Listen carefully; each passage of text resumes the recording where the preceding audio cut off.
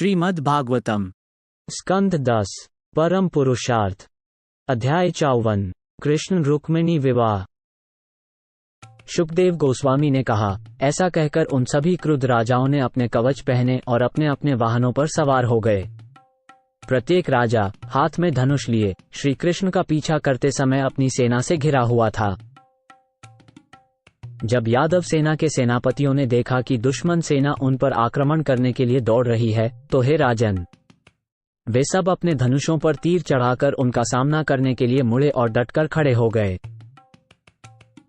अश्वों की पीठों, गजेंद्रों के कंधों और रथों के आसनों पर आसीन अस्त्रों में प्रवीण शत्रु राजाओं ने यदुओं पर बाणों की झड़ी लगा दी, जिस प्रकार मेघ पर्वतों पर वर्षा करते हैं। पतली कमर वाली रुक्मिणी ने जब अपने प्रभु की सेना को तीरों की भयंकर बारिश से घिरा हुआ देखा, तो वे भयभीत आंखों से लजाते हुए श्री कृष्ण के चेहरे की ओर देखने लगीं। भगवान ने हंसते हुए उसे आश्वस्त किया, हे सुंदर नेत्रों वाली, तुम डरो मत। ये शत्रु सेना तुम्हारे सैनिकों द्वारा अभी नष्ट होने वाली है। भगवान की सेना के वीर गदा और संकर्षण आदि विरोधी राजाओं की आक्रामकता सहन नहीं कर सके, इसलिए उन्होंने लोहे के बाणों से शत्रुओं के घोड़ों, हाथियों और रथों पर प्रहार करना शुरू कर दिया। रथों, घोड़ों और हाथियों पर लड़ने वाले सैनिकों के करोड़ों सिर कटकर जमीन पर गिरने लगे थे। इनमें से कुछ सिरों पर कुंडल थे, जबकि कुछ पर मुकुट और पगड़ियां थीं। चारों ओर जांघें, पांव और उंगलियां न होने वाले हाथों के साथ साथ तलवार, गदा और धनुष पकड़े हुए हाथ और घोड़े, गधे, हाथी, ऊंट, जंगली गधे और मनुष्यों के सिर भी पड़े थे। विजय के इच्छुक वृष्णियों के द्वारा अपनी सेनाओं को नष्ट होते देखकर जरासंध आदि राजा निराश हो गए और युद्ध स्थल छोड़कर भाग गए। सभी राजा शिशुपाल के पास पहुंच गए। वो उस व्यक्ति की तरह व्याकुल था जिसकी पत्नी छिन गई हो। उसका रंग फीका पड़ गया था, उसका उत्साह चला गया था और उसका चेहरा सूख गया था। राजाओं ने उससे इस प्रकार कहा। जरासंध ने कहा, हे पुरुष श्रेष्ठ शिशुपाल, ध्यान से सुनो, अपनी उदासी छोड़ दो। हे राजा, संसार में रहने वाले प्राणियों का सुख और दुख कभी भी एक जैसा नहीं रहता। ठीक उसी तरह जैसे एक कठपुतली का रूप धारण करने वाली स्त्री अपने कठपुतली चलाने वाले की इच्छा के मुताबिक नाचती है, इसी प्रकार ये दुनिया, जो सर्वोच्च भगवान द्वारा नियंत्रित है, सुख और दुख दोनों में संघर्ष करती रहती है। कृष्ण से युद्ध में मैं और मेरी 2300 सेनाएं 17 बार हारी, केवल एक बार ही उन्हें हरा सका। पर फिर भी मैं कभी विलाप नहीं करता और न ही आनंदित होता हूं, क्योंकि मैं जानता हूं कि यह संसार समय और भाग्य से चलता है। और अब हम सब महान सेनापतियों के यदुकुल के योद्धा तथा उनकी संयुक्त सेना द्वारा परास्त कर दिए गए हैं, क्योंकि वे श्री कृष्ण द्वारा संरक्षित हैं। अभी हमारे दुश्मनों ने हमें जीत लिया है, क्योंकि समय उनके पक्ष में है, किंतु भविष्य में जब समय हमारे पक्ष में होगा तब हम जीतेंगे। शुकदेव गोस्वामी ने कहा, इस तरह अपने मित्रों के समझाने बुझाने पर शिशुपाल अपने साथियों सहित अपनी राजधानी लौट गया। जो योद्धा बच गए थे वे भी अपने अपने नगरों को लौट गए, किंतु शक्तिशाली रुक्मी को कृष्ण से विशेष रूप से द्वेष था।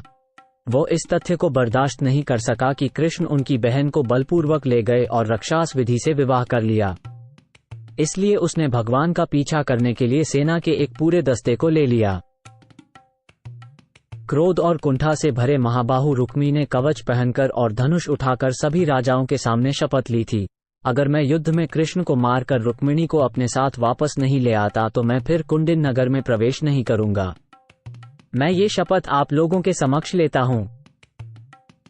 ये कहकर वो अपने रथ पर चढ़ा और अपने सारथी से कहा, घोड़ों को तेजी से वहीं ले चलो जहां कृष्ण हैं। मुझे उससे युद्ध करना है।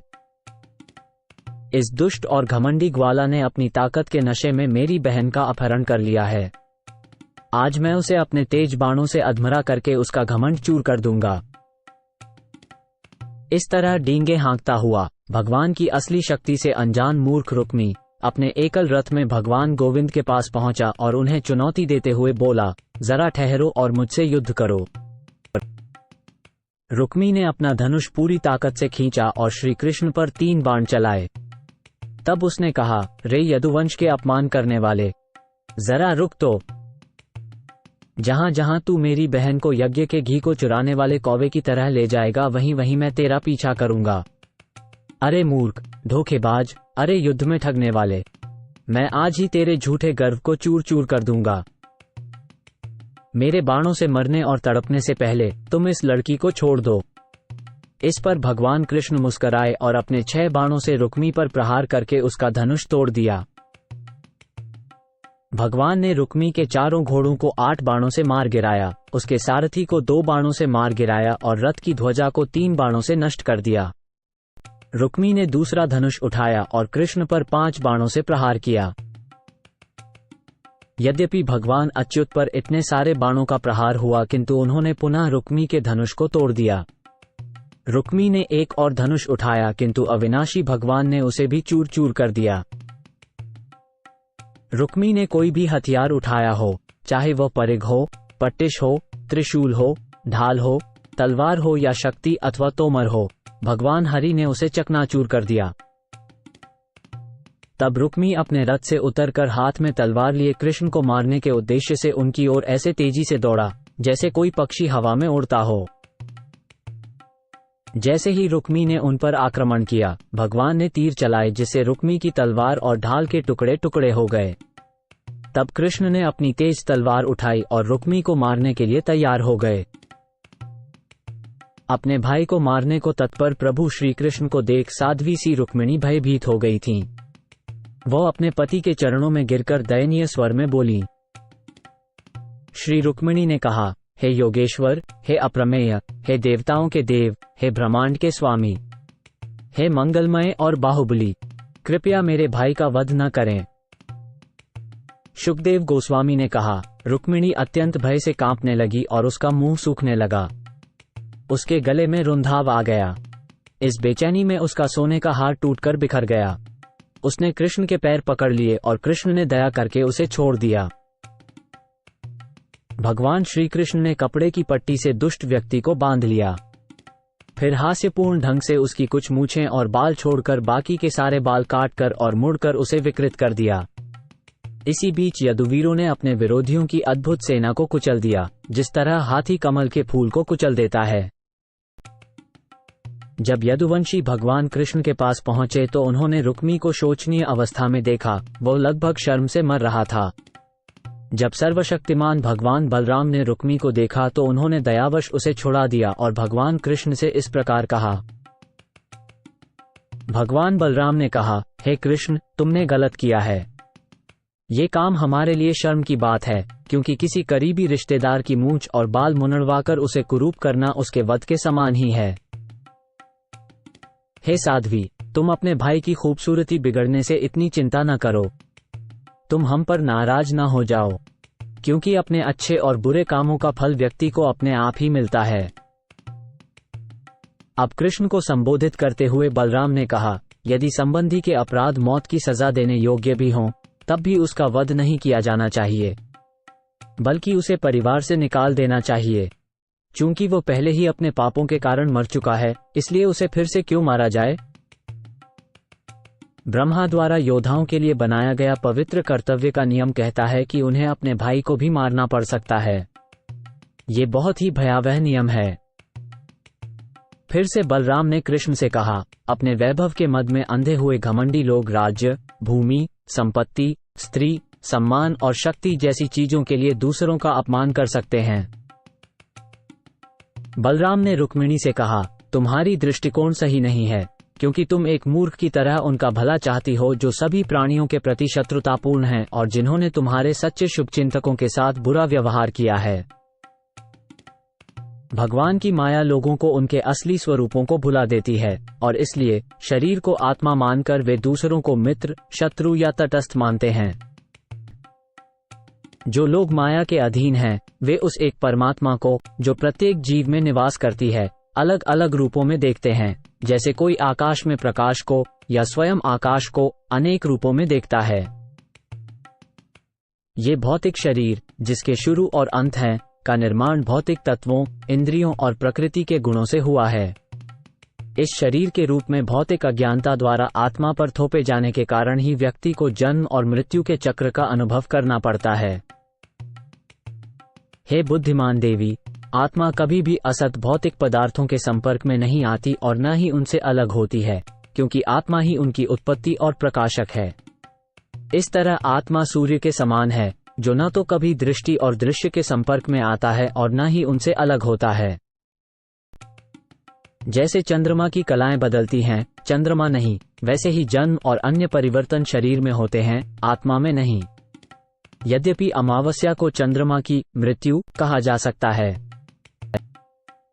जैसे एक सोया हुआ व्यक्ति स्वप्न के भ्रम के दौरान अपने आप, इंद्रिय सुखों की वस्तुओं और अपने कर्मों के फलों को अनुभव करता है, उसी प्रकार एक अज्ञानी व्यक्ति भौतिक अस्तित्व का अनुभव करता है। इसलिए दिव्य ज्ञान से उस शोक दूर कर दो जो तुम्हारे मन को कमजोर कर रहा है और घबराहट में डाल रहा है। हे राजकुमारी, जिसके चेहरे पर हमेशा मुस्कान रहती है, तुम अपने साधारण भाव को फिर से प्राप्त करो।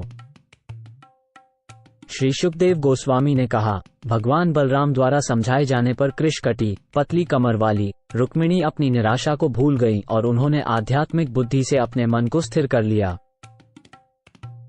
अपने शत्रुओं द्वारा निकाले जाने और शक्ति व शरीर में चमक खो देने के बाद रुक्मी इस अपमान को भूल नहीं पाया कि उसे किस तरह से बेरहमी से नुकसान पहुंचाया गया था। हताशा में उसने अपने रहने के लिए एक बड़े शहर का निर्माण कराया, जिसे उसने भोजकट कहा। चूंकि उसने प्रतिज्ञा की थी कि जब तक दुष्ट कृष्ण को मारकर अपनी छोटी बहन को वापस नहीं ले आता तब तक मैं कुंडिन में प्रवेश नहीं करूंगा, इसलिए रुक्मी हताश होकर उसी स्थान पर रहने लगा। इस प्रकार सभी विरोधी राजाओं को हराकर भगवान सर्वोच्च व्यक्तित्व ने भीष्मक की पुत्री को अपनी राजधानी में ले आए और वैदिक विधियों के अनुसार उससे विवाह कर लिया। हे कुरुओं के रक्षक, हे राजा, उस समय यदुपुरी के सभी घरों में अत्यंत आनंद था, क्योंकि वहां के सभी नागरिक यदुओं के प्रमुख और एकमात्र प्रधान कृष्ण से प्रेम करते थे। सारे स्त्री पुरुष आनंद से भरे हुए और चमकदार रत्नों तथा कुंडलों से सुसज्जित हो विवाह के उपहार लेकर आए, जिन्हें उन्होंने बहुत ही सुंदर वस्त्र पहने दूल्हा दुल्हन को विनम्रतापूर्वक भेंट किया। वृष्णियों की नगरी अति सुंदर दिख रही थी।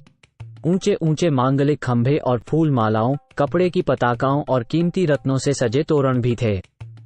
प्रत्येक दरवाजे पर मंगल कलश, अगुरु धूप की सुगंध और दीपक सजे हुए थे। विवाह समारोह में अतिथि बनकर आए प्रिय राजाओं के मदमस्त हाथियों ने नगर की सड़कों पर पानी का छिड़काव किया। इतना ही नहीं, इन हाथियों ने सभी द्वारों पर केले के तने और सुपारी के वृक्ष रखकर नगरी की सुंदरता को और भी बढ़ा दिया। कुरु, सृंजय, कैके, विदर्भ, यदु और कुंती वंश के लोग उमड़ती घुमड़ती लोगों की भीड़ में एक दूसरे से खुशी से मिल रहे थे। हर जगह गीत के रूप में गाए जा रहे रुक्मिणी अपहरण के बारे में सुनकर सम्राट और उनकी पुत्रियां मंत्रमुग्ध हो गई थीं। द्वारका के नागरिक श्री कृष्ण संपूर्ण ऐश्वर्य के आप्रभु को रुक्मिणी, सौभाग्य की देवी के साथ विवाहबद्ध देखकर अत्यंत हर्षित थे।